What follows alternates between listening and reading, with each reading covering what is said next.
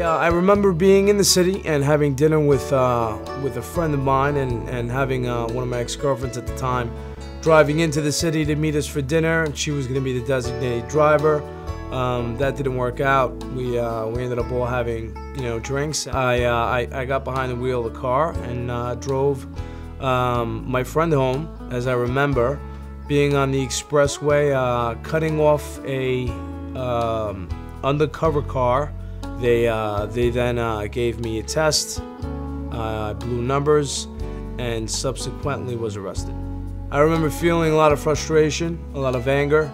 I remember sobering up in jail, and now obviously consequences start to hit you, and questions like what are you going to do and how things are going to pan out. Specifically for me, in my case, I was worried about my Series 7 license. I'm a stockbroker. It's kind of something like the unknown. You don't know what's going to happen. You need a solution, and the solution was to get an attorney. I believe I was sitting or standing. I mean, there's not too much room in those cells. And he had walked in, and he said my name, very loud and clear. And you can imagine, sitting in a cell and waiting, because that's all you do in there, and hearing your name. It's such a relief to finally hear someone acknowledge your presence. So I stood up and I walked over to him, and he was very confident, and he said, listen, don't worry about a thing. We're gonna get you out of here, and I'm gonna do my best. Just hang in there and stay strong, and all words of encouragement. From what I remember was basically I had been released under my own recognizance.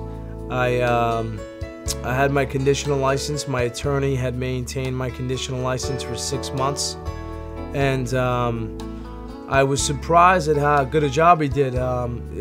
He basically he got me a class, which was a DDP class, I believe it was called, for 2 hours a week. So about 4 or 5 years later, I had gotten arrested again with another DWI.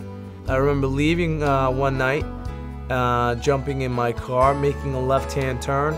This time I was very angry because of the fact that he had asked him why he pulled me over, and he said because my left blinker wasn't working or I didn't signal.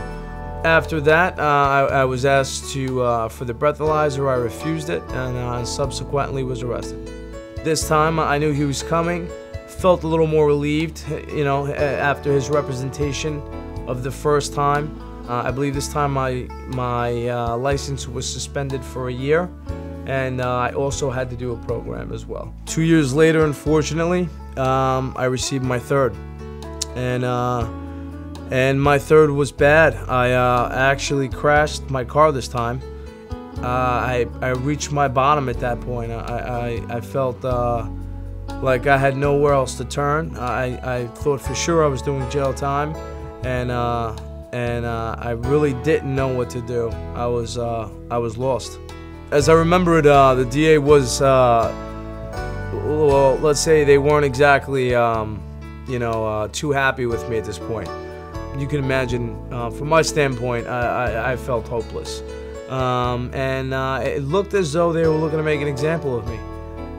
Basically, my attorney, I mean, he did the best job I think any attorney could do. He scratched, he clawed, he did everything for 6 or 7 months to explain to them that jail wasn't the option for me, that what I did need was help, and that the help that I needed was some type of program and a rehab of some sort to get my life back together again. I know now, in retrospect, that's exactly what I needed. Along with my family and friends, I'm extremely fortunate to count my blessings and to have people in my life that saved my life. Friends, family, and when I say friend, I do include Donald. He's more than an attorney to me. He's a very good friend of mine. He did save my life, and in his harsh words and his in-my-face attitude is what got me, and my family's opinions got me to get my help that I needed, and in retrospect, I'm a lot happier person now, and I'm successful, and I'm doing well, and thanks to them, who knows what could have happened.